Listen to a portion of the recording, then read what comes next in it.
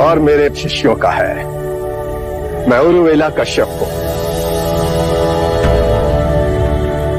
मैंने आपके बारे में सुना है, आप वही उरुवेला कश्यप हैं जो वर्षा ऋतु में मुनियों को छत्र छाया देते हैं। आज रात्रि आप मेरी कुटिया में ही विश्राम कीजिए। अरे, आप यहां हैं? आज जब हम अपने शिष्यों से वार्ता कर रहे थे तो आपको वहां नहीं पाया। मैं वहां उपस्थित नहीं रहना चाहता था। क्यों?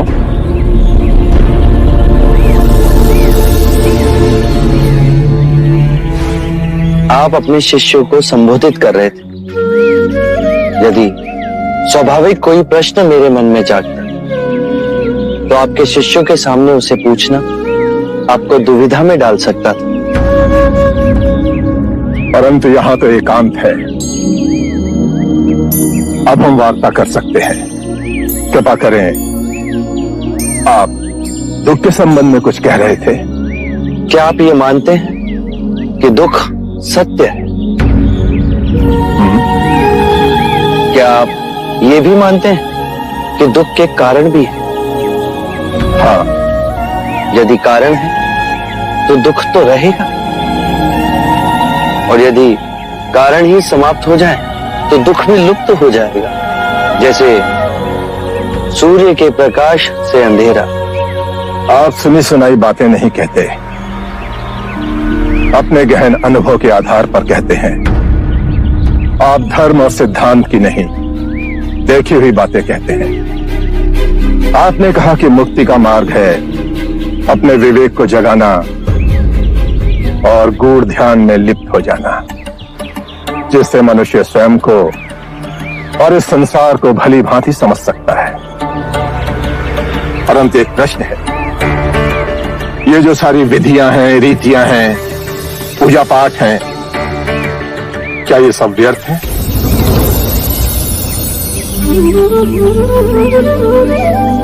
यदि कोई व्यक्ति इस नदी के दूसरे किनारे पर जाना चाहे तो वो क्या करे? यदि जल गहरा नहीं है तो वो चलकर जा सकता है, और यदि जल गहरा है तो वो नाव की सहायता से जा सकता है या स्वयं तैरकर जा सकता है। यदि वो चलना ना चाहे और ना ही तैरने को तैयार हो और ना ही नाव ले जाने को तैयार हो, और वो कहे कि मैं प्रार्थना करता हूं इस नदी का दूसरा किनारा स्वयं चलकर मेरे पास आ जाए, तब तो ऐसे व्यक्ति को मूर्ख कहेंगे, महामूर्ख। इसी प्रकार यदि व्यक्ति अज्ञान और भ्रांति को अपने विवेक से मिटाएगा नहीं तो परम आनंद और मुक्ति के दूसरे छोर पे कैसे पहुंच पाएगा? चाहे वो पूजा करे या अनुष्ठान या व्रत करे या किसी नीति पर चले, वो इस किनारे ही रहेगा। हमने सारे शास्त्रों को पढ़ा, उन पर व्याख्या की, परंतु जीवन के इतने जटिल सत्य को इतनी सरलता से किसी ने नहीं समझाया, किसी ने नहीं समझाया। आप इस भटकती मानवता को परम ज्ञान का मार्ग दिखाएंगे। आप करुणा के सागर हो। हे बुद्ध, आप हमें अपना अनुयायी स्वीकार करें। बुद्धं शरणं